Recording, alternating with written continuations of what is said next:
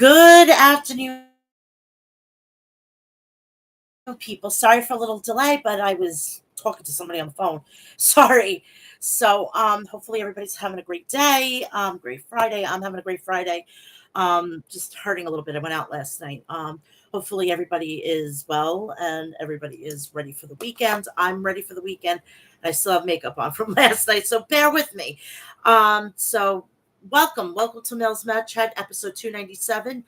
Hopefully that you've when you're here, you're going to like, subscribe, share, and like my videos because it'll help with the algorithms and whatnot. Also, please do me a favor, go check out Instagram, TikTok, Twitter, Snapchat, and Threads. Yes, I am now on Threads, so go check me out over there. So I'm on everything pretty much, and I'm also on I'm on Snapchat, I'm on Facebook. Go follow me and whatnot. I'm going to figure out a way of me getting the links to my um, social media pages so I can put them in the description down below. Then you don't even have to worry about it. You just pop on my video, you go and you're there. But it's all Mel's Mat Chat. It's nothing. It's nothing different. It's all Mel's Mat Chat. So hopefully that you'll understand it and you can go follow me there and everything like that. I would appreciate it. This weekend I get to have a relaxing fucking weekend. I don't have to go anywhere. I am here home. I'm fucking thrilled with myself. So I am basically going to get you the results of Rampage, and it's going to go into Collision. Collision's going to go into Raw, and then Raw is going to go into Dynamite. And then I'm going to get you out of here. It's 4 fucking shows. Next week I think it's going to be the full count. But I'm also going to tell you that Ring of Honor is this coming Friday. Not today, next week. I think it's next week. It's the 21st. I don't know if I'm going to cover it. I may just throw it in as part of my show for next week. It'll be like legitimately the first thing I'm going to cover for the show.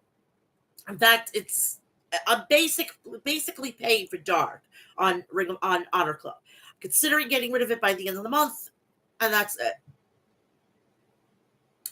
So, but the only reason why I have it is I think I have it because I have to, to watch the pay-per-views and stuff like that. I just wish that they would revamp the fucking thing and make Ring of Honor like a brand in there and then put AEW and whatnot. And it's just, it's a nightmare. So whatever the case may be. But please do me remember while you're here, like, subscribe, and share my videos. Subscribe, turn on the bell for all notifications so when I go live or post a video, you know about it. So, all right, please also do me a favor. Go and check out Harry's.com for all your shaving and toiletry essentials. Please do me a favor. Go check out Maestro Classics for all your beard essentials at maestroclassics.com. Please do me a favor and go check out the people over at McDeath at liquiddeath.com to murder your thirst and get the artillery to fight your thirst. So it's liquiddeath.com. Go visit Death Wish Coffee at deathwishcoffee.com. If you want to have a really nice punch in the morning and you're sick and tired of the regular coffee that's like water, go check it out. Deathwishcoffee.com, and they have some righteous merch. Go check that out. Also, please go check out the people over at House of Glory at HOG Wrestling. Their next event is High Intensity 10. It's going to be on August 18th. If you cannot make it, you could go subscribe at $9.99 a month for Premier Wrestling app. It should be on all streaming stores. But if you can make it, go to hogwrestling.net and get your tickets for the next event because there's Hiroshi Tanahashi going to be there, and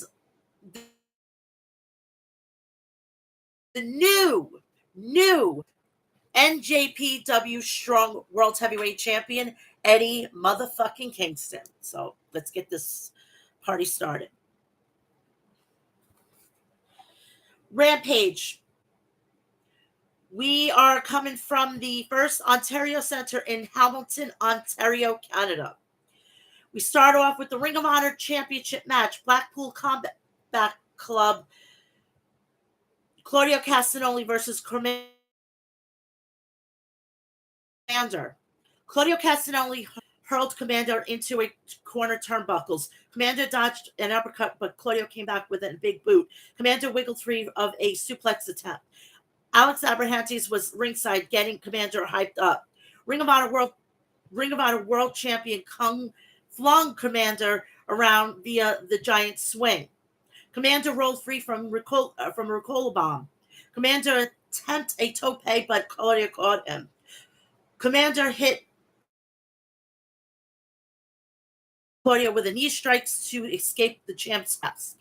Commander took Claudio down with an arm drag off the turnbuckles to the arena floor.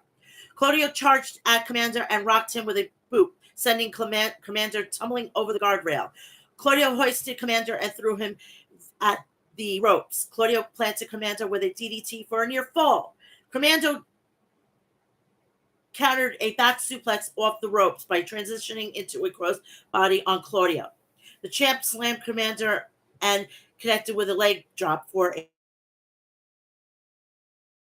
near fall. Commander reversed a powerbomb ropes with a hurricane rana to Claudio. Commander is on a 4-match winning streak in Ring of Honor. If it makes it to 5, he'll become the new champ, said Tony Schiavone. Commander jumped off the ring post and flipped onto Claudio. Commander dodged a boot from Claudio, hanging Claudio up on the ring barricade. Commander walked the barricade and splashed onto Claudio with a shooting star press. Never be seen before, said Tony Schiavone. The fan, this is awesome. This is awesome. Commander scored a near fall after the Hurricane Rana. Claudio blasted Commander with a European uppercut. Claudio nearly decapitated Commander with a short-armed clothesline. Commander wouldn't stay down though Commander DDT Claudio, but Claudio kicked out at 2. Commander nailed Claudio with a Phoenix Splash after a double jump. Commander jumped off the ropes, but Claudio had it scouted and clobbered Commander with a European uppercut. That knocked him out. Tony Schiavone, the referee, stopped the match, awarding the victory to Claudio Castagnoli. Claudio landed a right on the button to win via ref stoppage. You know what? I would like to have more of those. I would like to have somebody knock somebody out, get the fucking win, and that's it. I want to apologize. It's very dark in here because it's so fucking hot here in New York. So I'm keeping all the blinds down. Sean Spears versus the Blade. Wow, we see Sean Spears. Wow, this is crazy. But did the Blade after a cartwheel. Blade is not going to be caught off guard or intimidated by any tactics of Sean Spears, said Tony Schiavone. Blade chopped Spears in the chest. Spears turned the tables and cracked the Blade with chops. Spears dropped the Blade spine first on the ring apron. The Butcher wiped out Sean Spears on the arena floor with a lariat as the ref was distracted by Blade. Spears grounded and pounded the Blade after a body press. Spears stomped on the Blade. Spears scored a pin after C4 Blade in the middle of the ring. And that was it.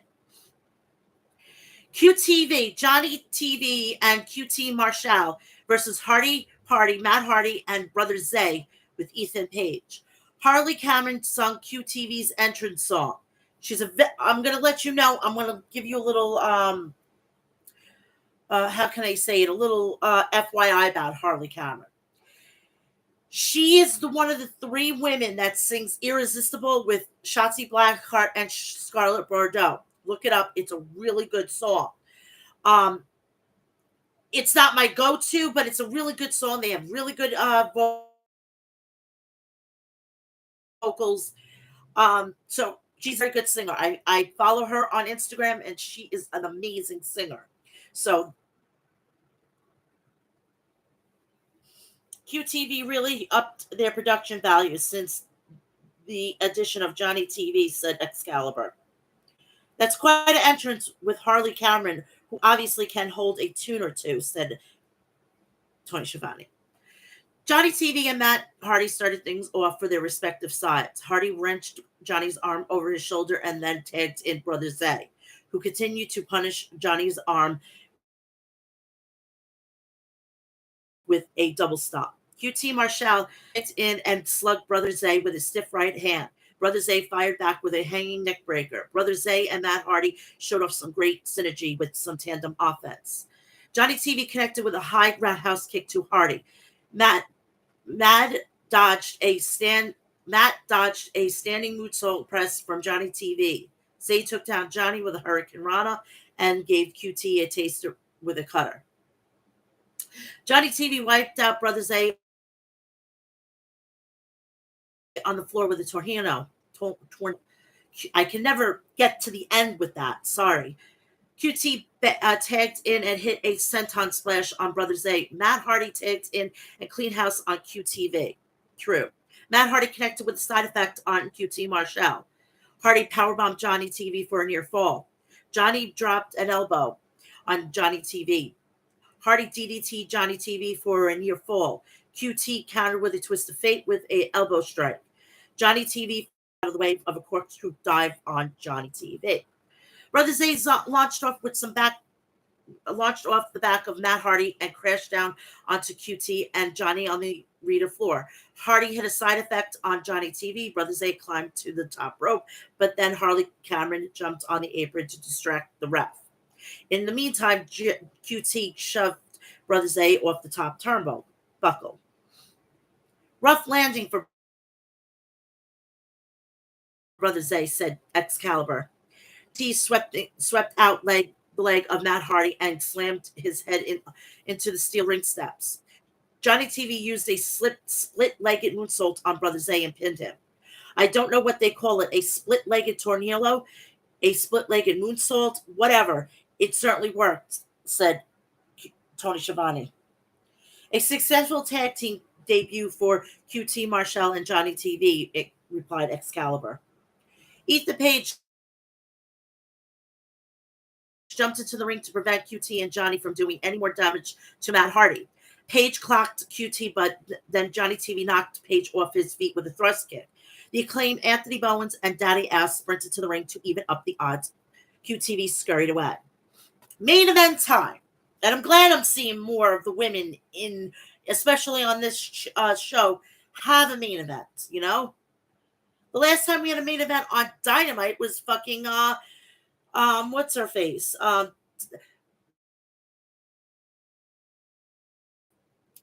Dr. Baker TMT. Hey, Alyssa, how you doing, girl? We have Hikaru Shida versus Taya Valkyrie. Taya used her power advantage to back Shida into the corner. Shida grabbed Taya's wrist and took her down to the mat. Shida is so precise and fundamentally sound, said Tony Schiavone. Shida followed Taya to the arena floor. Shida pulled a chair out from under the ring. Shida set up the chair. She was looking to use a launch pad for her flying knee strike, but Taya moved out of the way. Taya swept Shida's legs and then wrapped Shida's legs around the ring post, attacking the knees. Shida finally made it to her feet. She attempted a suplex, but Taya fought out of it. Shida battered Taya with a elbow strike. Shida rocked Taya with a jumping knee for a near fall. Taya shoved Shida off the ropes. Shida still managed to suplex Taya on the floor. Shida used a running meteor off the apron. Shida followed up with a running elbow strike for a near fall. Taya blocked the katana from Shida. Taya went for after Shida's knees again, flinging Shida into the turnbuckles. Taya smashed Shida with a double knee strike to the corner. Shida countered the road to Valhalla with a roll-up, pin Taya. Now, how did she do that? Asked Tony Schiavone. So we're going to be going right into Collision. Collision's going to go to Raw. Raw go into Dynamite, and then we're going to get you out of here.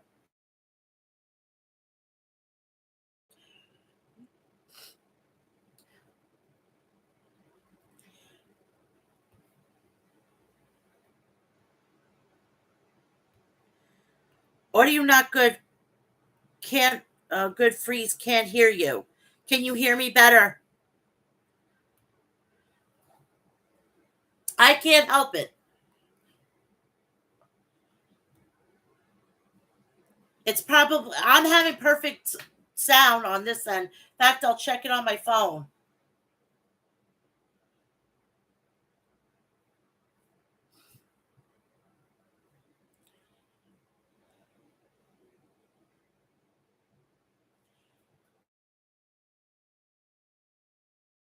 Let's see if I can listen to myself.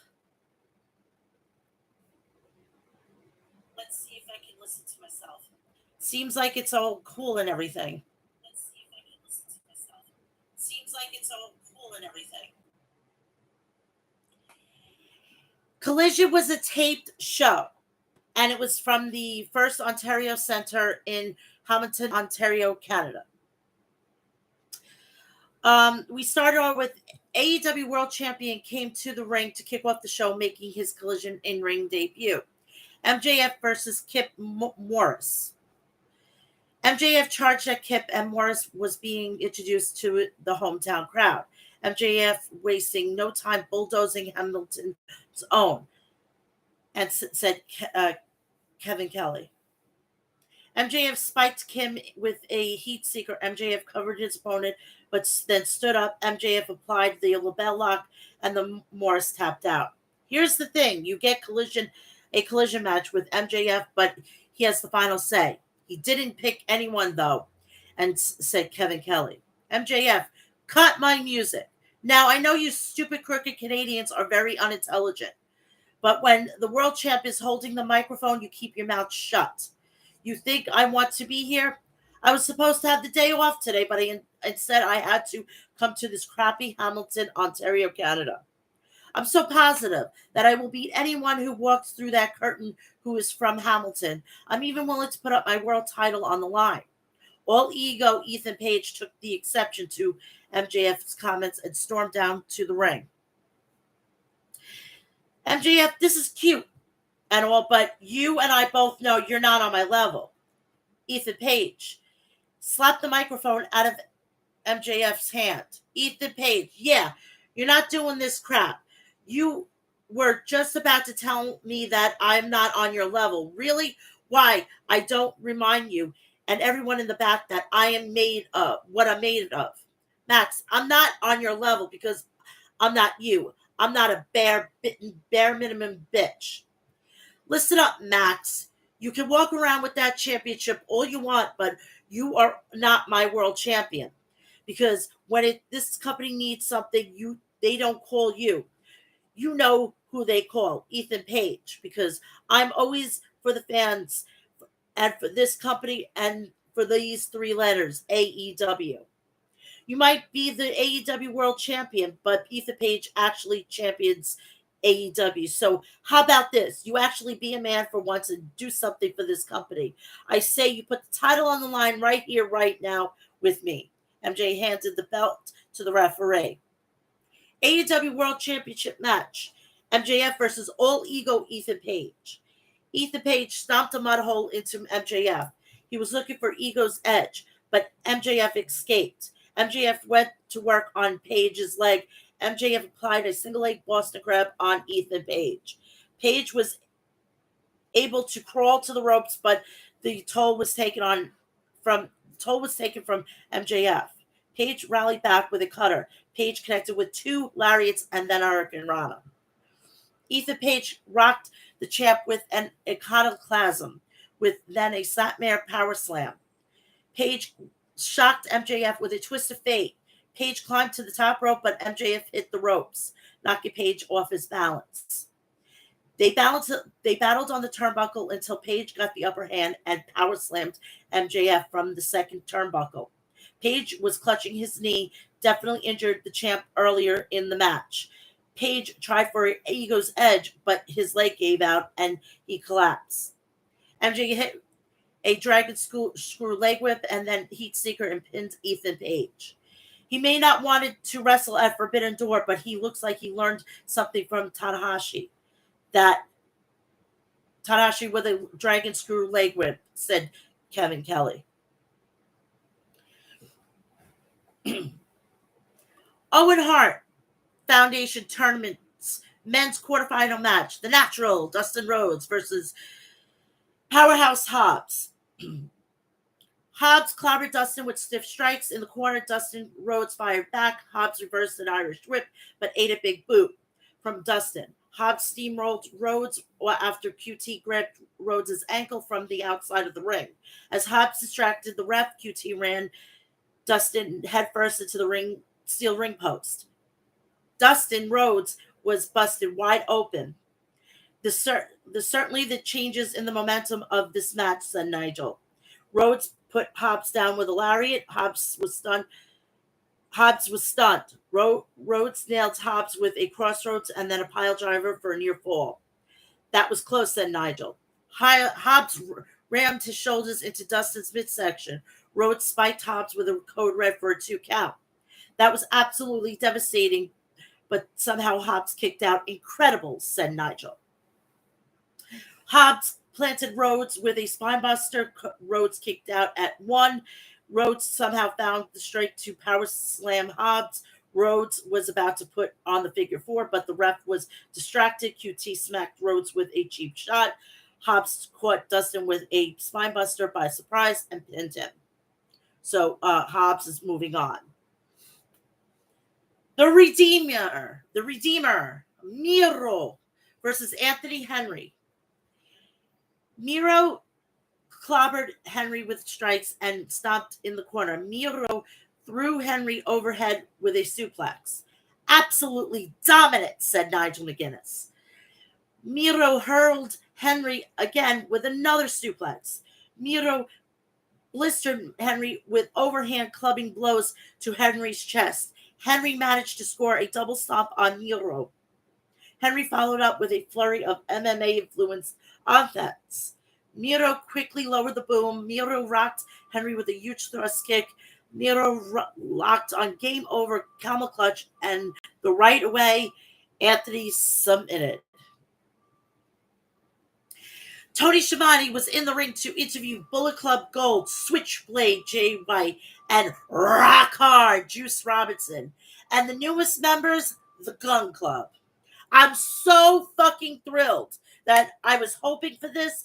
I was praying for this. They need this. They don't need their father now. So I don't want Daddy Ass to turn on the Acclaim. Do you hear me, Tony Khan? Thank you. I mean, unless they're going to add him to Bullet Club, Gold, then that is the only way that I'm going to think this is okay. What is next for Bullet Club Gold? Asked Schiavone. Jay White, Tony, I don't like the energy in this place. Bullet Club Gold, we have a couple of new gold members. That's right.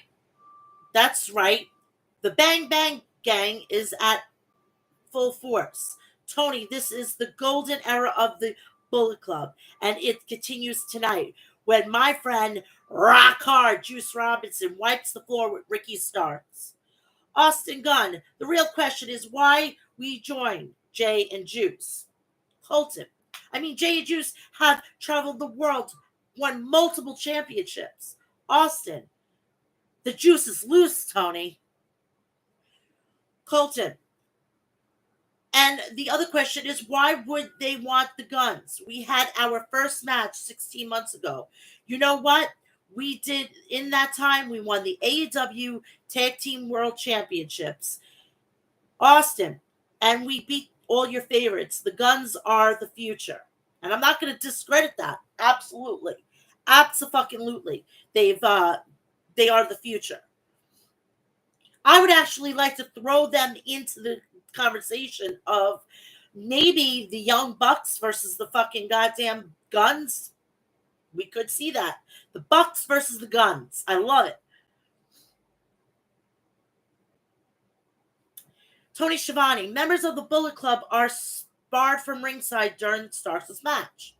Jay White, no more talking for you, Tony, but I've got something to say for CM Punk. When you return with a little bag of goodies. Maybe there was just one goodie in that bag. And when you have gold in front of my face, it can be tantalizing. So if that goodie in your bag is made of gold, and if it's your AEW World Heavyweight Championship, well, I suggest you leave it in the bag. But FTR, you have my attention. You have Bullet Club Gold's attention.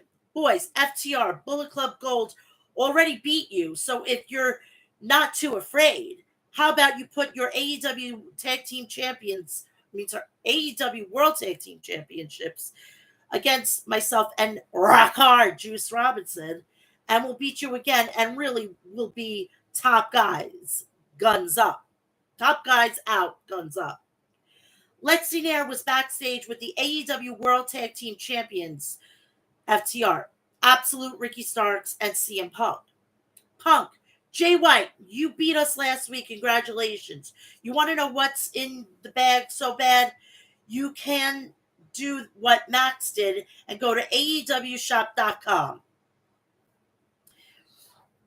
and buy yourself a replica title. Parade yourself around here and call yourself a champ.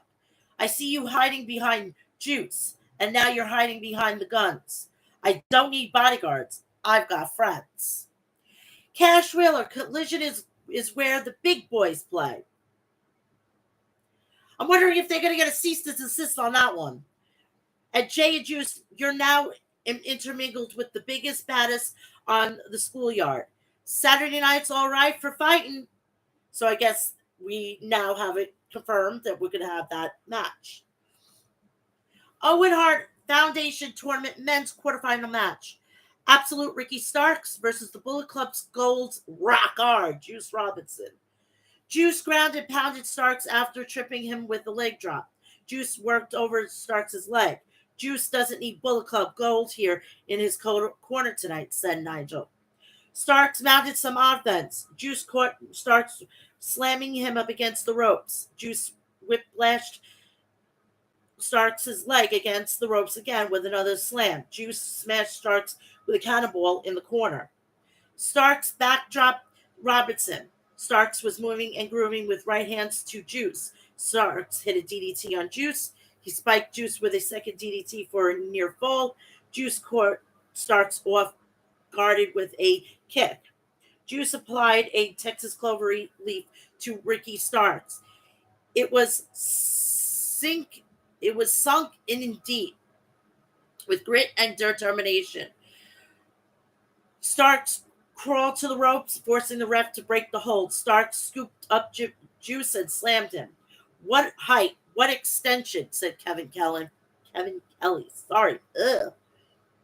I need more sleep, people. I haven't slept really too much in the past 24, almost 48 hours.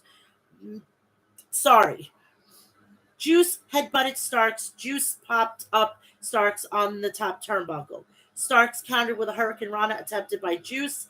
Starks speared Juice. Starks countered a roll-up, Juice cradling Juice and pinning him.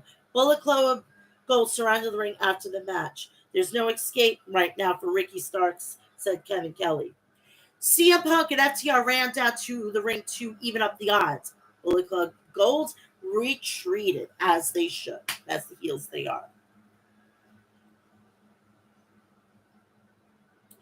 Lexi Nair was backstage with Christian Cage and the TNT champion Luchasaurus. Christian Cage, when everybody saw Christian Cage and my right hand of destruction, Luchasaurus walk away as the new TNT champion on the debut of Collision, and since it is Canada Day today, I'm feeling generous. Sean Spears interrupted the interview. Spears, I'm looking at that championship. It seems to be a little out of place. Christian, I said no more open challenges. Spears, did you? That's why I was off to the side shooting my shot. That's why I want to talk to the champ. Christian Cage, then you talk to the champ. I'm going to tell you something that always bothered me, Spears. You don't seize your opportunities. You're not dangerous. You're never going to be dangerous, so just walk away.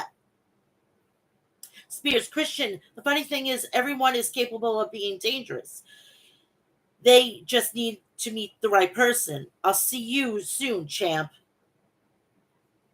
TBS Championship match, Chris Statlander versus Lady Frost. Lady Frost tried to side headlock takeover, but Statlander outpowered the challenger and suplexed her. Chris shoulder blocked Lady Frost. The champ followed up with a backbreaker. Lady Frost hit a sidestep German suplex on Statlander. Frost nailed the champ with a DDT and a swift kick for a near fall. Statlander cracked Lady Frost with a discus lariat and then pinned her after the Saturday Night Fever. A dominant victory for the champ, Chris Statlander, said Nigel. Lexi Nair was backstage with with Andrade El Idolo. Now, Andrade, we need to have a one-on-one thing from one Latina to one Latino. Okay, yes, I'm Latina. Okay, I am 25% fucking Puerto Rican. Okay, so I am as much Latina as he is Latino. Doesn't matter how much I have it. Okay. Please, for the love of God, I am asking you on any deity, any God, anything that you believe in, please, for the love of God, fuck with your wife's birth control. We don't need her. Let's have a fucking year and a half to 2 years without her. Please do me the favor and get her pregnant. Thank you, senor.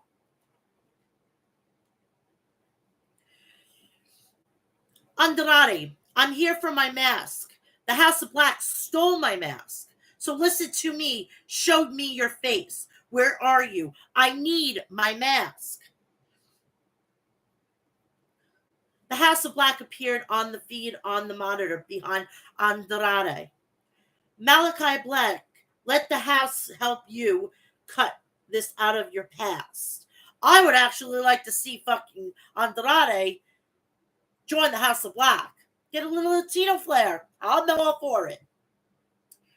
Main event time. Owen Hart Foundation Tournament's men's quarterfinal match. Ring of Honor World TV Champion Samoa Joe versus Roderick Strong. My undisputed era boy. My boys. I need my boys. I miss my Bobby. I miss my Adam. I miss my Kyle. I miss my Roddy. I need them back in my life. It's not fair. Mom is not a happy person when I don't see them. It hurts my feelings. It hurts my heart. I know I'm a nut job. I'm an undisputed era mark. I'm sorry.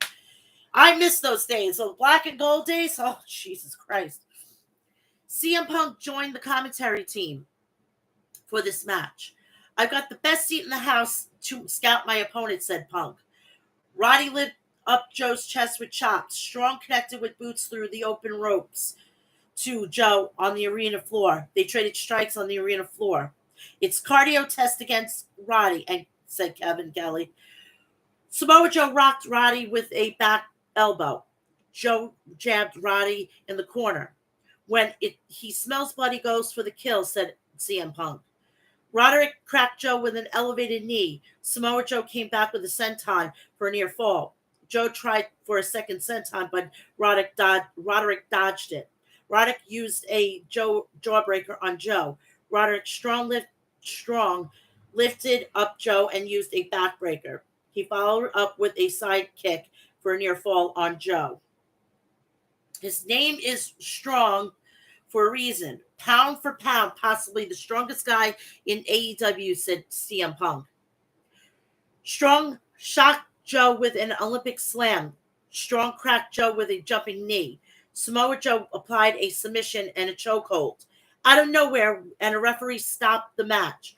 Roderick Strong never tapped out. The referee stopped it, said Kevin Kelly. Samoa Joe grabbed a steel chair. Is he coming this way? asked Punk. CM Punk picked up a steel chair. Security ran out to separate them. Samoa Joe went back into the ring and planted Roderick Strong on the steel chair. What's going to be like next Saturday at Collision when CM Punk versus Samoa Joe? Wondered Kevin Kelly. I am totally down for that match. Give me my fucking coffee, give me a fucking TV, or give me a fucking computer or a tablet. I am there. Adam Cole sprinted down to the ring to check on his friend Roderick Strong, his brother, my other son. Last year's winner of the Owen Hart tournament, said Kevin Kelly. Roderick Strong was placed on a stretcher and his neck placed in a brace. Roderick was stretched out of the ring. The match is set. Joe Punk, 5, I believe it is, because it's the 1 and the 5. I think it's 4, because, yeah, it's 4. Sorry, said Nigel. I think we're going to do Raw last. It's just so much easier. I have everything in basically order. So let's just go right to Dynamite, and then we're going to get you to Raw. I'm going to get you out of here because I got shit to do today. Dynamite was coming from the Rogers Place in Edmonton, Alberta, Canada. We started off with Darby Allin had words for Keith Lee backstage. The footage that aired took place just prior to the show going off the air. Darby Allin, I know you don't want to team with Swerve, but it isn't about that. This is about you. At one time, you were the most dominant champion here. If you feel you've lost in the shuffle since you guys lost the tag team champions, do something about it. Even if you have to win this match 2-on-1 without Swerve, do that. What I'm trying to say is pull your head out of your ass and take this serious. Or you could just sit on the apron and cry about it. I'll see which Keith Lee shows up tonight. Keith Lee, ballsy, stupid, but ballsy. Blind Eliminator Tag Team Tournament quarterfinal match.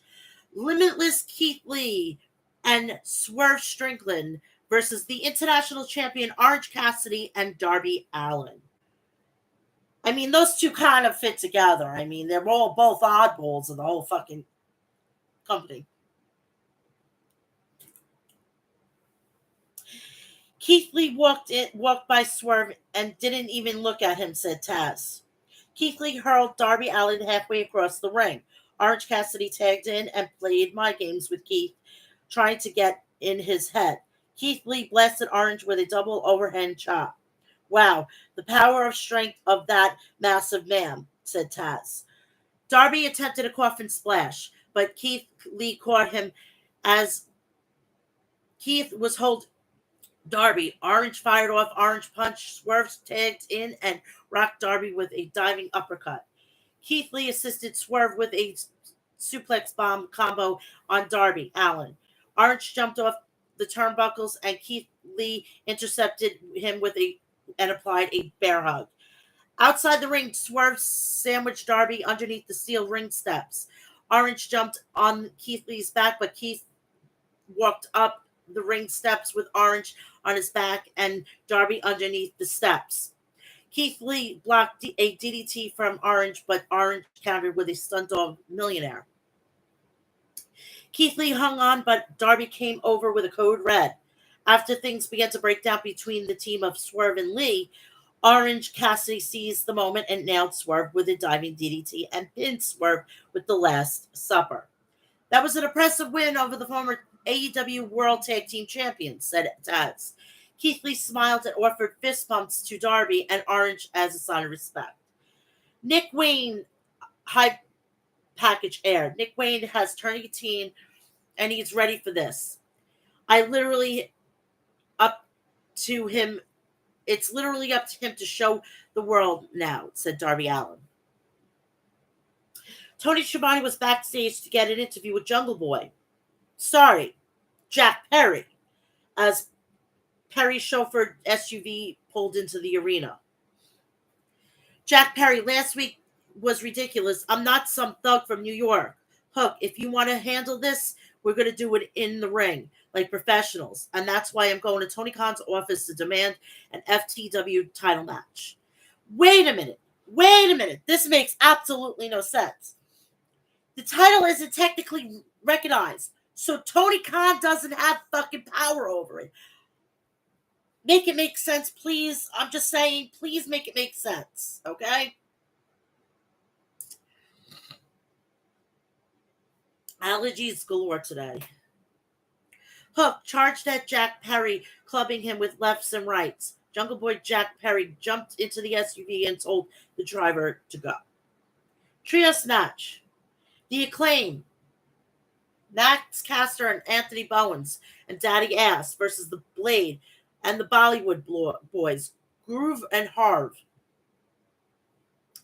Billy Gunn applied the side headlock on Blade. Gunn took Blade off his feet with a shoulder block. Billy landed with a big haymaker. Max body slammed both Hollywood Boys and then did it to Blade. Bowens connected with a scissor me timbers. Billy Gunn tagged in and planted Groove Caster with a mic drop and pinned Groove. A great trios victory for the Acclaim and Billy Gunn. They have built up so much momentum as a unit this year, said Excalibur. QTV Harley Cameron appeared on the big screen above the ramp. She said she made them a little video and would show the world what a real talent is next week. See you then, Bowens, she says, and winked. Clips aired from earlier today, which they announced that Eddie Kingston is the new Japan Strong Openweight Championship and he was in Tokyo. So congratulations to Eddie Kingston. Blackpool Combat Club, John Moxley had a message for Eddie Kingston. Eddie Kingston and I are exactly the same person where we met. I met him in 2009, well over a decade. The ups and the downs, the good times, the bad. We both made it out. What's there to complain about? Dude, you know what really pisses me off? How much time you spent complaining about the young kids, the new generation, and how they have no respect, how they have no work ethic. We spent time building the next generation. I had a dream of this Eddie Kingston that finally embraces the future and became what he could be. But that ain't reality. Eddie, answer your phone.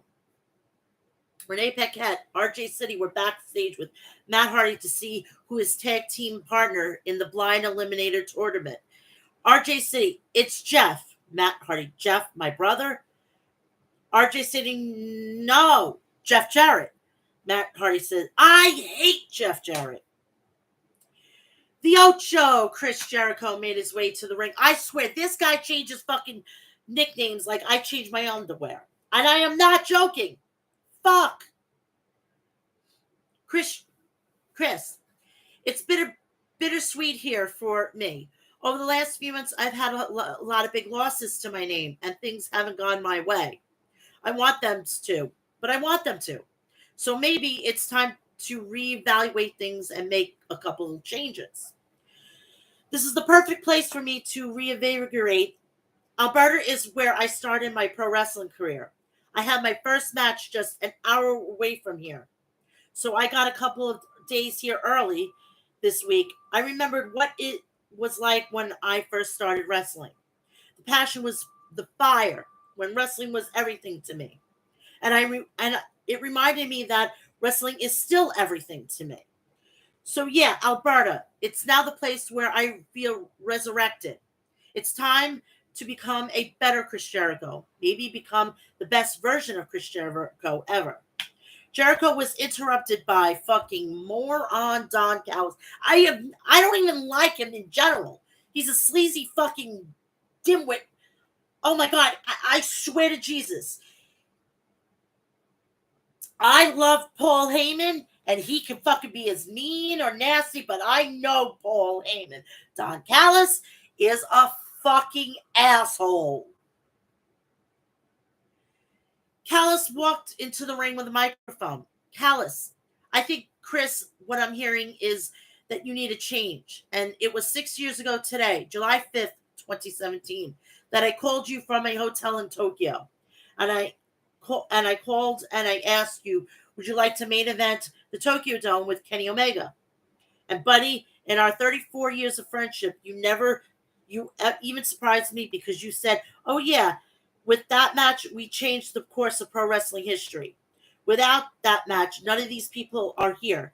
Without that match, I don't think Chris Jericho is here right now without my idea. Jericho, sorry. It's kind hearted to me to hear what you're saying with all these boos here tonight. But Don, I can say things about you. It was 8 years ago in 2015 when you were in the middle of your successful international business career, but I knew deep down inside,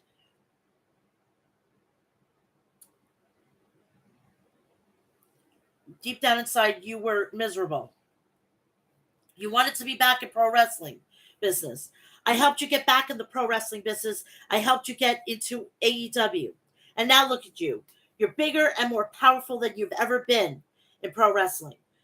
So if it wasn't for me, you might not even be here. Callis, you know, Chris, as most things in our 34-year friendship, you and I are in agreement. I agree when Don Callis and Chris Jericho get together, we make history. But you know, I was recently betrayed by a coward, Kenny Omega. So if I had to build a new family, stop right here because I fucking got visions of the Heenan family. He is trying to redo the Heenan family. I don't like this shit. For Christ's sakes. Jesus. Because when I hear family, I think of fucking the Heenan family. And please don't tell me you don't. Because Kenny destroyed my family. And my new family is going to be built out on trust. When I think of trust, I think of the greatest of all time. I think of the man who beat Kenny Omega right here in All Elite Wrestling. When I think of trust, I think of my best friend of 34 years. I think of Chris Jericho. So if you're ready to change history one more time, then I am here to formally ask you one question. Will you join the Don Callis family? I fucking saw that when I was hearing family. When he was bringing up family, I knew what he's trying to do his own version of the Heenan family. And tell me when I'm telling lies. I mean, it's apparent. It's like clear as day. I mean, I don't need my fucking glasses to see it, okay? Jericho, are you seriously asking me to join the Don Callis family? You're asking me to join your faction. Chris Jericho doesn't join factions. Chris Jericho creates them. So if you're seriously asking me to join up with you, my answer is maybe. Chris Jericho walked out of the ring and Don Callis had his fucking unit in his hand. Renee Paquette was backstage trying to get a medical update on Roderick Strong. Doc Sampson said Strong was making progress from last week, but they were taking precautions. Strong in a neck brace. I feel amazing. Doc, I understand that, but Adam Cole walked in the locker room. Cole, Roderick, how do you feel? Strong, I feel great. Cole, you have to be careful. You have all the time in the world. Strong, what's the deal with you and MJF? Cole, listen, don't worry about me. I'm worried about you. I have everything under control. I made it clear to him I have my boundaries. I just got a text from MJF. Hey, bro, you ready to hit that double clothesline tonight? Or what? Unreal. I'm up next. I have to go get ready. I love you, man. Oh, my boys. My boys. I love my boys. I can't get enough of my boys. Strong, I love you too. And it was his birthday on Wednesday. My son's birthday was on Wednesday. Now, for all you newies, I'm just being sarcastic because I love the Undisputed Era and I'm like a mama bear and I can't pick my favorite one. So you don't think that I actually am delusional and I'm thinking that I'm Adam Cole's mom. No. It's a shtick. It's a gimmick, okay? Come on. Wrestling, come on. Play it to the kayfabe, okay? Blind Eliminated Tag Team Tournament. Quarterfinal match. AEW World Champion MJF and Adam Cole, baby. The Butcher and Daddy Magic Matt Menard. Butcher and Daddy Magic blistered MJF and Cole at the start of the match. MJF thumbed Matt Menard in the eye. Adam Cole reluctantly gave MJF the assistance with an abdominal stretch behind the ref's back. Now, if this was Adam Cole in black and gold, give me your hand, give me your hand.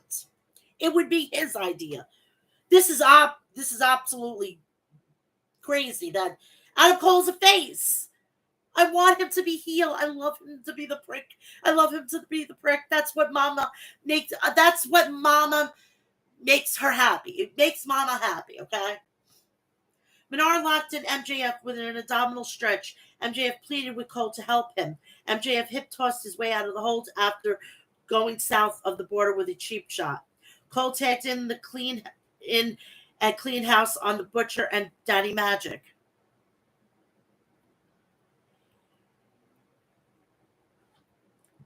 What's my BMI?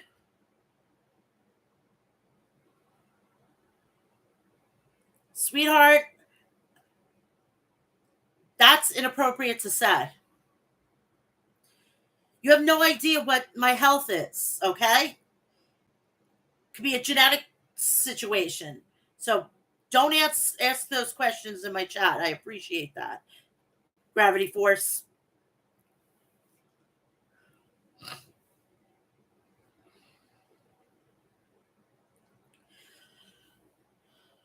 So Cole tagged in and cleaned house on Butcher and Daddy Magic. Cole connected with a neck breaker on knee to Daddy Magic.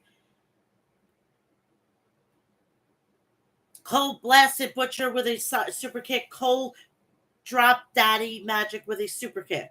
Cole lowered the boom and pinned Matt Menard after running knee to the back of Menard's head. So MJF grabbed the microphone. Cut the music. Alberta, Canada. I got a question. We've got any devil worshippers in the house tonight? I got another question. We got any other fans for the super cool individual with an over name? MJF whispered to Cole, "Do the thing. You know, do the thing." Cole stuck his pose and yelled in unison, "Adam Cole, baby." MJF, that's right, because we're better than you, baby. So listen, I was wondering, maybe me and you should have another pro session this weekend. You guys want to see us hang out one more time? I'm loving this, by the way. This is fucking gold. Sure, Max, why not? MJF, wait, I had one more thing I needed to tell you. Happy birthday. Bring out the birthday stuff at Let's Go. I swear to God, I feel like this is Triple H and Shawn Michaels 2.0. You know, MJF as Triple H and Shawn Michaels as Adam Cole. Or Adam Cole as Shawn Michaels. Production assistants came out a modest birthday cake and birthday hats. Max, this is a lot, Cole said. MJF, today is all about you. We're here to celebrate you. MJF started to sing happy birthday, and he's got a good set of pipes. I appreciate it, Cole said, but you've done more than enough. MJF, there's one more thing to do. Make a wish. While Cole looked at the cake, MJF turned to sing and said into the camera, "I'm going to shove his face into the cake." As MJF went to shove Cole's face into the cake, Cole turned around and forward Cole pushed MJF's face into the cake, so backfired. Cole, good cake. Max, listen to me. It was really nice of you to do all this for my birthday. Max, thank you, my friend. Everybody went nuts. I don't know how uneasy I am with MJF being a fucking face or Adam Cole being a face. We need dick prick MJF. We need dick prick Adam Cole. Chris Jericho confronted by concerned Daniel Garcia and Sammy Guevara. Jericho, you can't always be underneath my wing forever. You guys need to branch out for yourselves at some point without me. Leading you. Renee Petcack, actually, guys, I've been doing the drawings all day, and you two are the teaming up together in the Blind Eliminator Tag Team Tournament. Jericho, This is perfect. This is the perfect opportunity to prove what I'm saying. Show me who can be the leader here. Like I said, you can't be with me forever. Garcia looked at Sammy and said, let's finish what we started. Owen Hart Foundation Tournament quarterfinal matches. Dr. Britt Baker, DMD, versus the Outcast, Ruby Soho.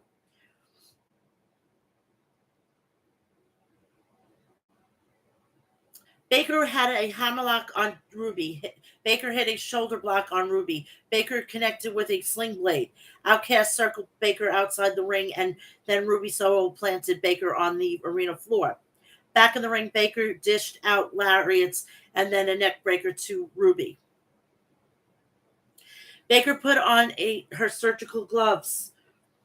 Her surgical glove. Ruby tried for the no future, but Britt blocked it. Tony Storm grabbed Britt's boot, and Ruby nailed Baker with a suplex for a near fall. Baker dodged a double foot stomp and landed a thrust kick to Baker. Britt applied the lockjaw. Saraya distracted the ref while Tony held up Britt's title that she earned last year by winning the tournament. Ruby smashed Britt into the title belt face first. Soho connected with the no future, but Baker kicked out at 2. Ruby went for the lockjaw on Baker, but Baker kicked off the ropes and transitioned to lockjaw on Ruby. The Outcast grabbed Ruby's leg and pulled her out of the ring. Baker hoisted up Ruby, but Ruby cradled with a victory roll. Ruby grabbed the hands of the Outcast with their help. Ruby Soho pinned Britt Baker. That means she's out of the tournament. That means she's out of the tournament and she can't do back-to-back wins. They stole a win, said Tony Schiavone. Sky Blue was standing on the ramp and had a face-off with Ruby Soho. Main event time. The Elite's Kenny Omega, the Omega Man. The Cleaner. We need the Cleaner back. We need that Cleaner back.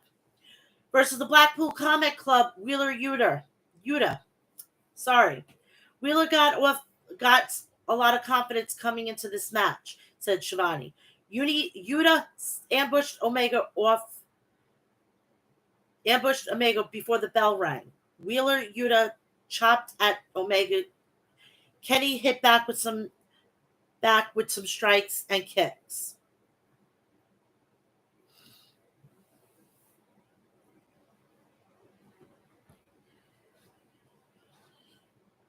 Yuta bit down on Omega's head. Omega hit Yuta flying with a back body drop. He followed up with a backbreaker for a near fall. Omega went for a moonsault, but Yuta lifted up his knees in defense. Yuta blasted Omega with a drop kick from the turnbuckles. Yuta followed up with a suicide dive followed up with a suicida, sending Omega crashing into the barricade. Wheeler Yuta seizing the opportunity, said Excalibur. Omega countered a sit-down senton. Omega connected with a big elbow strike and then a fisherman buster for a near fall. Yuta avoided the V-trigger and rocked Kenny with a shot to the back of Kenny's head. Omega suplexed Yuta for a near fall. Omega and Yuta traded forearms. Yuta planted Omega with 2 German suplexes. Omega hit Yuta with a front snap kick. Omega nailed Yuta with a Snapdragon suplex, and then a second Snapdragon suplex. Omega connected with a V-trigger. Omega tried for the one-wing angel, but Yuta escaped it and put Omega in the seatbelt for a near fall. Omega walloped Yuta with another V-trigger for a near fall. Don Callis walked to the ring, but security held him back. Takeshita snuck behind Omega and planted Omega with a blue thunder bomb. Yuta slashed Omega, but Kenny kicked out at 2. Omega scored the pin with a one-wing angel and on Yuta. Claudio Castagnoli jumped into the ring and attacked Omega. The attack after the bell, Takeshita getting in on it as well, to Excalibur. See, we don't know if he's part of the Black. I don't know. I would like some clarity on this. Claudio and Takeshita assaulted Omega after the bell rang. The Young Bucks and Anna Page ran down with chairs to even up the odds. The Bucks held Claudio while Page was going to hit Claudio with the steel chair. but the Dark Order ran down and pulled the chairs out of Paige's hand as the show went off the air. So this is going to be on Rampage. So you're going to have to find out what the heck happens tonight after SmackDown. Now, if you're wondering why am I not doing SmackDown, because it's on my preview and predictions for Money in the Bank. If you want to go check out the review of Money in the Bank and The Forbidden Door, it's on my YouTube channel. Go check it out. Now we're on to Raw, and then I'll get you out of here for the rest of the afternoon, because I got shit to do.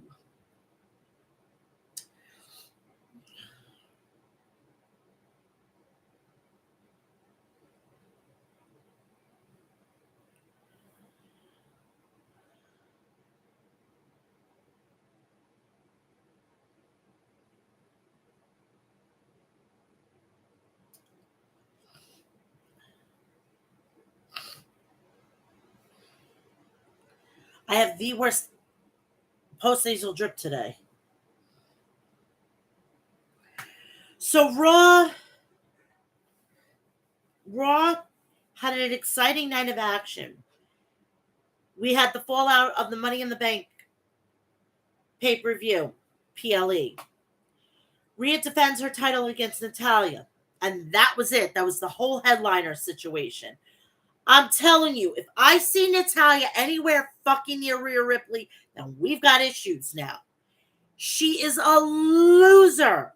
And that match that was on Raw should have been at Backlash. So that whole fucking somewhat feud made no sense at all. No sense at all.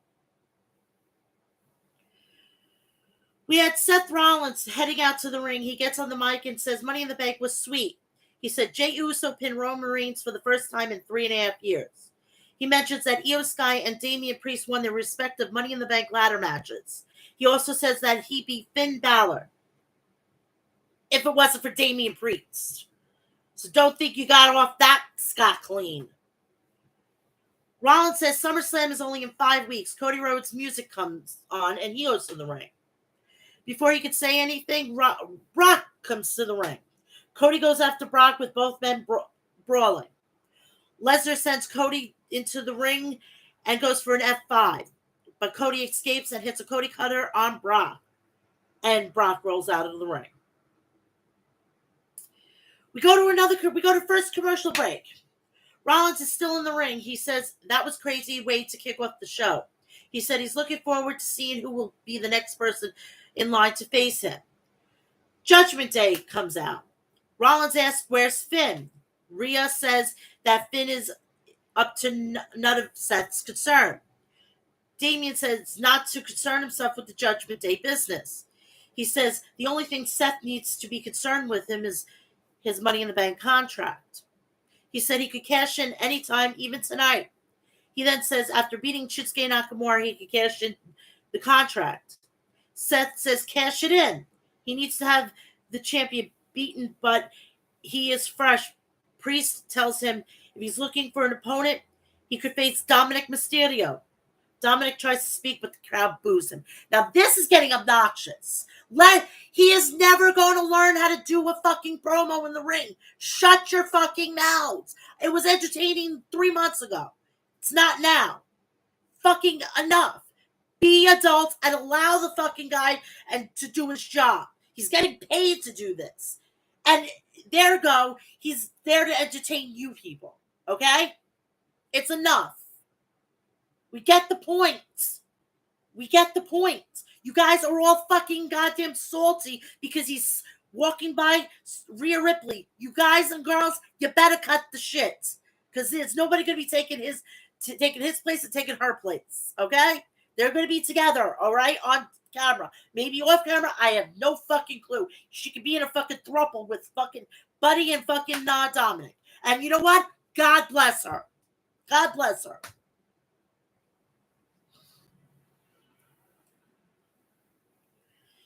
Rhea says Dominic wants to fight Seth Rollins tonight. Rollins says this is poor attempt to trap, but he would love nothing more than to slap the stash off of Dominic's face. Let the and lets the crowd decide. After the crowd cheering loudly, he accepts the challenge. Shinsuke is heading to the ring. So we have Shinsuke Nakamura versus Damian Priest. The match begins with Priest catches Nakamura with a right hand. Nakamura fights back with a couple of knees to the body. He attacks Priest in the corner. Priest knocks down. Nakamura covers. 1-2 kick out. Priest attacks Nakamura in the corner. He claps his ears. Nakamura goes for a splash but misses. And Nakamura hits a knee to the midsection, sending Priest outside the ring. He goes for a suplex, but Priest slams Nakamura on the barricade. We go to commercial. Nakamura plants Priest. He hits a sliding German suplex on Priest. He kicks Priest in the face. Cover 1-2 kick out. Priest with a right hand to Nakamura. Nakamura covers and goes for an armbar, but Priest escapes and hits a spinning cover. 1-2 kick out. Priest goes for a South of Heaven, but Nakamura kicks him away. Nakamura hits a knee off the corner. He goes for a Kinshasa, but Priest evades and hits a clothesline. Priest hits a South of Heaven for the win. Oh my God! A Money in the Bank winner actually wins. He doesn't need to keep losing because he's got the fucking goddamn briefcase.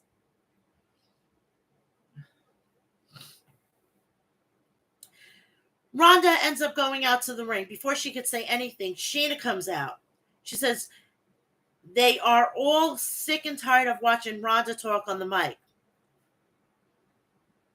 Preach it, sister. Rhonda asks her to explain herself because she owes her that. Shayna says she's the only reason Rhonda is standing in a WWE ring. She says the only thing she owes anybody is an apology for bringing her to the WWE. So you're the reason. She said she's the only one who paid her dues, unlike her. She said she kicked the door down to get here while Rhonda walked through the back door. She says she owes her the reality that there is someone who can finally shut her up. Rhonda kicks Baszler and attacks her. She sends her into the ring and goes for a sleeper, but Shayna escapes and locks in the ankle lock. Shayna hits Rhonda with a running knee. Maxine Dupree is backstage practicing a headlock on Otis. Gable asks if she's ready for her match. Maxine says she's ready and sick of the Viking Raiders, underestimating them. Gable says tonight they are going to use their skills to beat the Viking Raiders.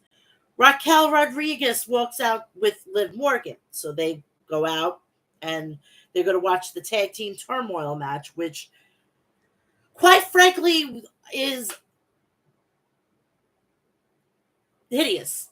Not necessary.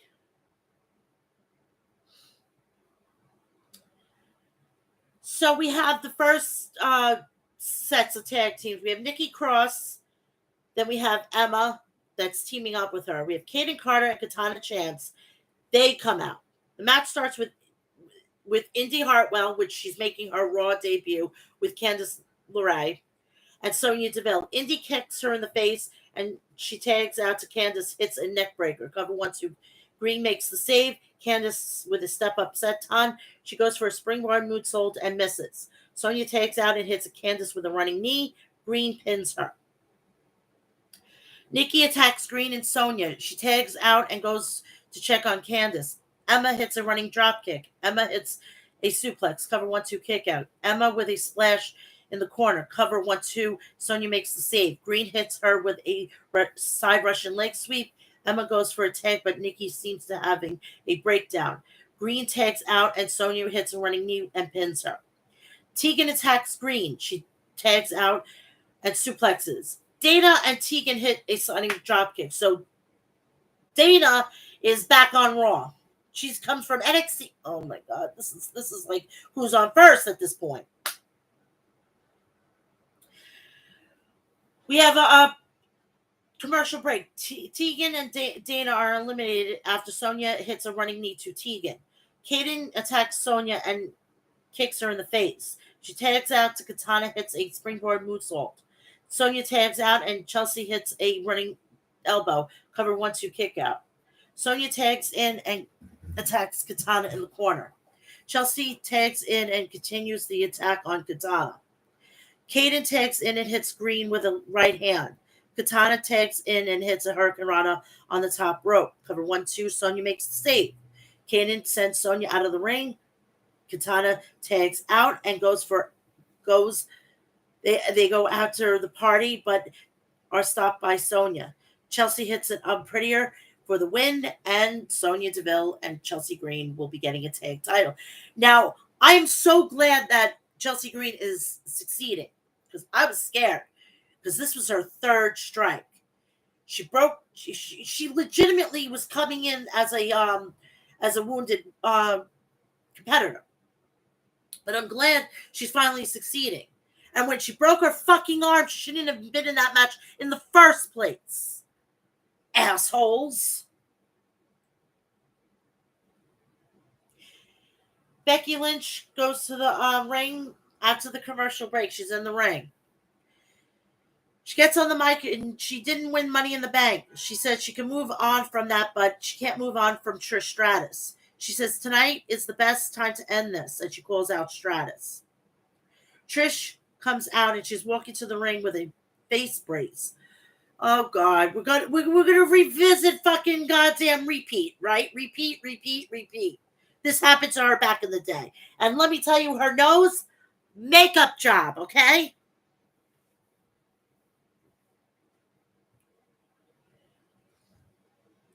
Trish said she's still prettier than everybody else in the arena.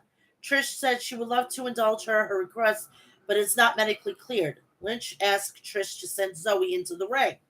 Trish says Lynch is not ready for her. Lynch says Zoe is better than Trish.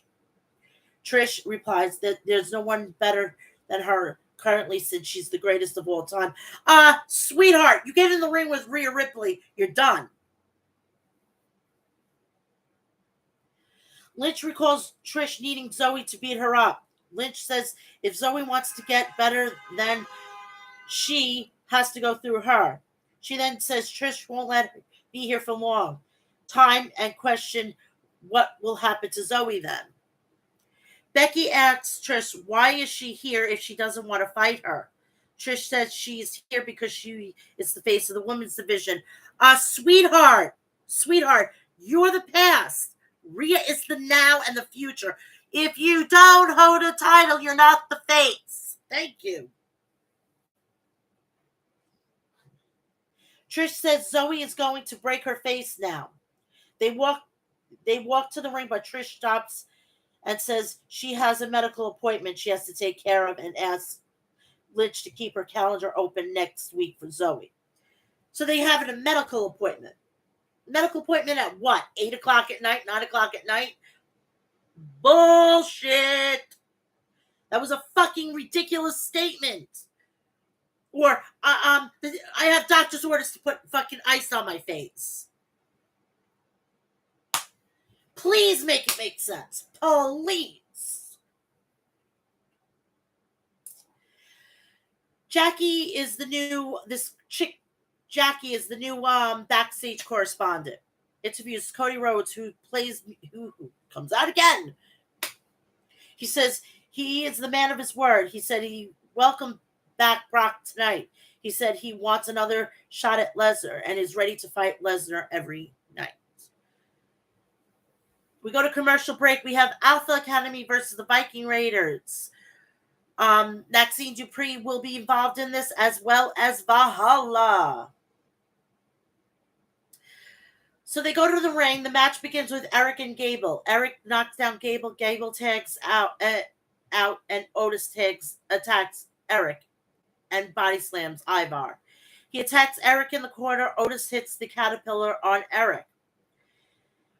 Commercial break. Otis with a shoulder tackle on Eric and Ivar. Gable tags in and attacks Ivar. Gable hits a neckbreaker and Ivar with an exploder suplex to Ivar. He climbs to the top rope but is stopped. Gable hits a bulldog on Ivar and sends Eric outside the ring. He hits a diving headbutt. Cover 1-2. Eric makes the save. Ivar catches Gable with a spinning heel kick. Both men tag out. Maxine takes down Valhalla, hits with a suplex. Maxine attacks Valhalla in the corner. She goes for the worm, but Valhalla stops her. Gable hits a moonsault on the Viking Raiders. Maxine rolls up Valhalla for the win. Winner, Alpha Academy. Raquel and Liv Morgan are shown talking to Natalya backstage before she goes to the ring. After the commercial break, Jackie interviews Ricochet, who says Logan Paul can hang, but he doesn't respect that Logan got in his face after the match. He said he wants to issue a challenge and asks him to show up on Raw next week. There's the first match for SummerSlam. Speaking of SummerSlam and PLEs, Chicago, you're getting another fucking pay-per-view, for Christ's sakes. Can you fucking share with the class here? Jesus. Survivor Series is going to be the Allstate Arena in November. Get your tickets when they go on sale. Go to WWE.com for all the info. I know. Women's World Championship match. Rhea Bloody Ripley versus Natalya. I'm sorry. I need sleep. That's all I need. Before the match got started, Natalya attacks Rhea from behind. She sends Rhea into the barricade and continues to beat down Natalya. Sends Rhea into the steel steps. Natalya sends Rhea into the ring. The match officially starts and Natalya attacks Rhea in the corner. She takes down and goes for a sharpshooter. Rhea escapes and rolls out of the ring. Ripley hits Natalya with a clothesline and slams her face off the announcer's desk. I just want to make you aware, you see this part of your teeth? They have like a little piece of skin. Rhea had it pierced. No more. I don't know why she got that, though, that she's going to get knocked in the face, but that's her. I don't want to question mommy. She sends Natalya into the ring. Natalya comes back with a German suplex. Rhea fights back and attacks the back of Natalya. Rhea headbutts Natalya, cover 1-2 kick out. Rhea continues to attack Natalya. Natalya tries to fight back, but it's stopped. Natalya with a hits a crossbody off the top rope. Rhea hits a drop kick, cover 1-2 kick out. Come back from commercial. Rhea knocks down Natalya. Ripley goes for a powerbomb, but Natalya hits a hurricanrana and follows it up with a discus clothesline. Cover 1-2 kick out. Rhea hits a missile drop kick, cover 1-2 kick out. Rhea locks in her submission hold, but Natalya escapes. Rhea sends Natalya into the second turnbuckle. Rhea climbs to the top rope and goes for a frog splash, but Natalya gets her boot up. Natalya hits a running power slam. She locks in the sharpshooter. Rhea gets to the bottom rope. Rhea comes back with a kick and a headbutt, and then hits a riptide for the fucking win. And this is for you, Natalya. You need to go and let other women thrive, okay? You've had your time. And please don't tell me, oh, I've never won this. I've never been at a WrestleMania. You know what? You have been in WWE and you've never ventured out. Maybe I think you need to ask for your release. Maybe you need to go to AEW, where you will quickly find out that what you're doing now is fucking goddamn kick clubs compared to what they're doing in AEW. Okay? So Natalya, please start thinking about either going to have a baby or going to be a producer. You're a little younger than me. I'm 41 years old. Time is a ticket. What do you think? Trish Stratus is going to be there for 55 years old? Come on. She's going to have to fucking go through some major cosmetic surgery. And please don't tell me that Trish Stratus is not cosmetically enhanced. You're cosmetically enhanced. I have everything natural.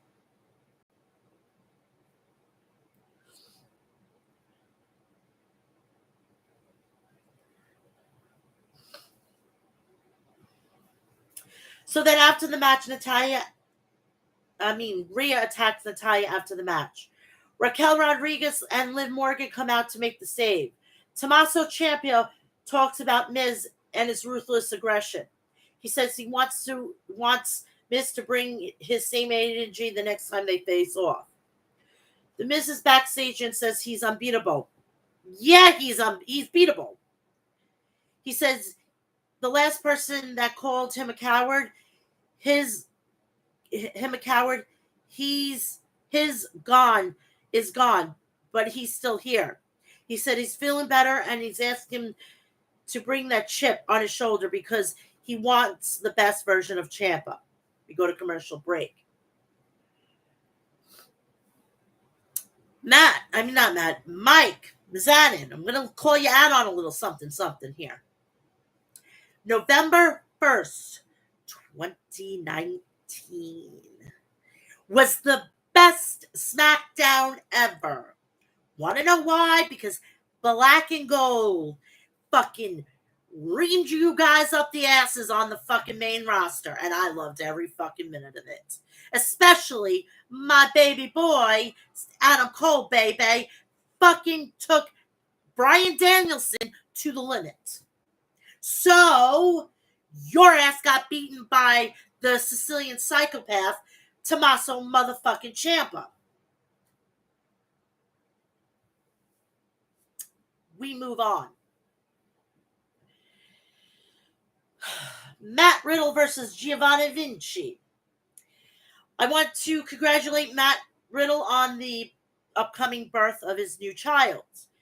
And his girlfriend did a poor excuse of Kourtney Kardashian Barker. Okay? She is no Kourtney Kardashian Barker, please. So we go to commercial break.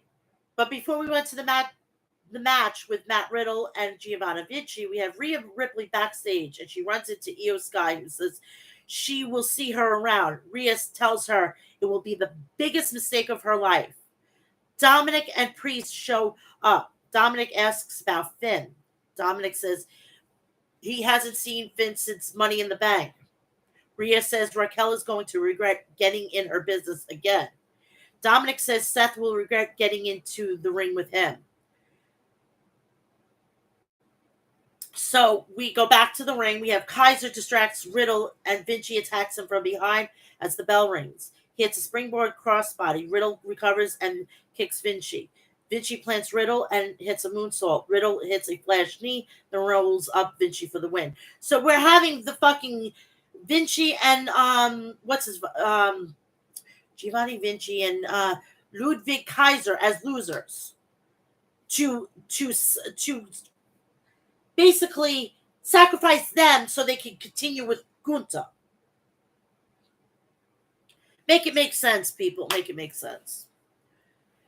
They gotta get a win. I mean, they're a tag team. They gotta go against fucking what's his face? Their faces, Kevin Owens and Sami Zayn. Are we gonna do something about them too? Main event time. Dominic Mysterio. Sorry, dirty Dominic Mysterio versus Seth freaking Rollins. We go to commercial break. Before we get this match, Riddle and McIntyre are backstage. Riddle says they have been beating him up for weeks. Byron comes in the interview. Drew says he is back, and Riddle suggests they team up next week. McIntyre, ask for your release. Look what happened to Randy. McIntyre agrees and suggests they go out for some pints tonight. They both leave. So we now go back to the ring, and we're going to have the match, finally. The match begins. Rollins takes down Dominic. Dominic knocks down Rollins, who gets back up and knocks down Dominic. Rollins sends Dominic out of the ring. Rhea Ripley distracts Rollins. Seth sends Rollins out of the ring and hits a diving knee to him. We come back from commercial break. Rollins hits a Three Amigos on Dominic. Rhea distracts the referee, and Priest throws Rollins off the top rope. Dominic hits a frog splash and then continues to attack Rollins. He hits another frog splash. He goes for a third frog splash, but Rollins gets his knees up. Rollins with multiple clotheslines. He attacks Dominic in the corner and hits a backbreaker. Rollins with a running knee. Priest distracts Rollins and gets knocked off the apron. Rollins sends Dominic outside the ring and hits a suicide dive. He sends Dominic back in the ring and goes for a stop, but Priest interrupts and hits a soul south of heaven. Winner Seth Rollins via disqualification. After the match, he attacks Rollins, sends him outside. Priest sends Rollins into the barricade. He follows it up with a flatliner on the announcer's desk. He goes for the Razor's Edge, but Rollins escapes with a super kick. Dominic attacks Rollins from behind and sends him into the ring. He hands him the briefcase and asks him to cash in. Finn Balor attacks Rollins. Priest and Balor argue. Dominic tries to stop them as Seth leaves the ring. Dominic goes to attack him, but Rollins hits a pedigree, and that is the end, and they were seen arguing Judgment Day. For the love of God, Vince, do not take away Judgment Day. Please. I know you like to get your hands itchy when it comes to fucking factions. Please. No. This is a party. What's going to happen when Roman Reigns goes? You need to have them. Think, old man, think. Now, I want to address this Yahoo, this Gravity Force. I'm going to call his ass out on this. All right, I know I'm fucking fat, all right? I'm going to tell you it's not. I eat very healthy. I can't help this, okay? It's a thing called psoriatic arthritis. It's a genetic fucking arthritis. There's ones that you develop on your own, and there's ones that are pre-conditioned into my body. I have psoriasis that's thankfully only my scalp, but it also developed into psoriatic arthritis, meaning my bones in their joints get so fucking inflamed that I cannot run, I can't walk barely. I'm legitimately, my body's taking over. I can't do anything about it. I take the proper medication. I sleep when I can, when I'm not in a lot of pain. I'm in pain every fucking day. And I don't need this bullshit. I am doing what I can to take the pressure off of me. Okay? So I do not want people to say, oh, you're fat. I know I'm fat. All right? I know I'm fat. You don't have to fucking come after my confidence. Okay? Because I know what I know. So when you say something about a BMI, you better fucking check yourself. Do not ask somebody like that. Especially, you don't know if they have a genetic disorder or a handicap. All right? I live with this every fucking day. I've been diagnosed with it for 5 fucking years. Okay? So when you get diagnosed with a fucking genetic disorder, please do me a favor and then come to me. Tweet me. Okay? I live in pain every fucking day of the week. Okay? And it doesn't get me down because let me tell you something. I have a 17-year-old autistic child that I love, and I'm doing everything I could possibly do for him. I cannot physically take care of him. I can't. And this has been since he's 9 years old. He almost threw me down the fucking stairs, okay? So I made the decision because I don't want to be dead, and I still want to be his mother, and I still want to be him here, being with my family and everything like that, being, typical stuff. So I had to make the most the most best of decision, and I'm still feeling the guilt off of it. Do you know what he's doing now? On the school property right now is a built-in swimming pool. He's right now swimming right now. How much I would like to go in the pool and be able to walk without fucking pain. Because that's the only place that I can go without feeling pain.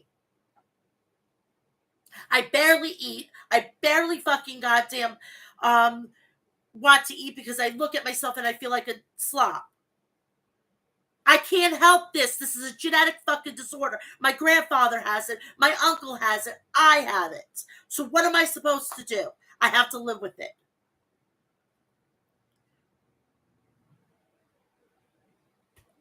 So for people to come at me because oh my God, you're going to call me out that I'm fat, okay? I know it, okay? I think I've gotten the message all my entire life. I didn't even know, first of all, I didn't even know I had this, all right? We're right now trying to figure out when I was fucking first without it. They're doing blood work and everything like that. I could have had this in my 20s. And they could have helped me. My doctors could have helped me. But I didn't know about this. I didn't know it was a genetic disorder because my grandparents didn't say anything to me. So I'm going to tell you again. You call me fat, you call me a slob, you call me anything. I know all of this. But let me tell you, fair warning. I'm going to blast you because you don't know me.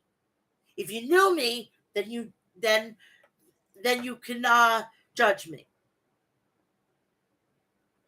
That's it. So this guy just pissed my fucking Friday off. So I'm gonna make sure that when I could go back and watch this, I could get the fucking goddamn YouTube account. And I'm gonna fucking blast him on Twitter, Threads, everything else. In fact, follow me on all those. Twitter, Threads, Instagram, Facebook, Snapchat, TikTok, all that. Twitter, Mel'S Mat Chat. Find me on Facebook, which is my first legit name, Melissa A. Klein. Same picture on all social media. That is that. I had to do it. Oh, I had to. You don't fuck with this. I don't go to people and say, "Hey, you're blank." Or I go up and say, "Wow, you look like you need some support in here. Let me help you." Please grow a brain, people. Dumb motherfuckers, I swear. Well, anyway, I'm going to end this on a high note. I want everybody to have a great Friday. Enjoy Collision tomorrow, which I will be watching. Please do me a favor. Go check out Harry's at harrys.com. Please go check out Maestro Classics at maestroclassics.com. Please do me a favor. Go check out Liquid Death at liquiddeath.com. Please go check out Death Wish Coffee at deathwishcoffee.com. And if you want to watch Hiroshi Tanahashi and Eddie Kingston at High Intensity 10 on August 18th, House of Glory, please go check out the Premiere app. And if you could get there, please go get your tickets at hogwrestling.net. I will see you next week for episode 298. Please go check out the rest of the content on my YouTube. Please like, share, and subscribe. Turn on my bell for all notifications. So when I go live or upload a video, you know about it. I love you all. Have a great Friday, and I'll see you next week at 2 p.m. on Friday. Have a great day. Bye-bye.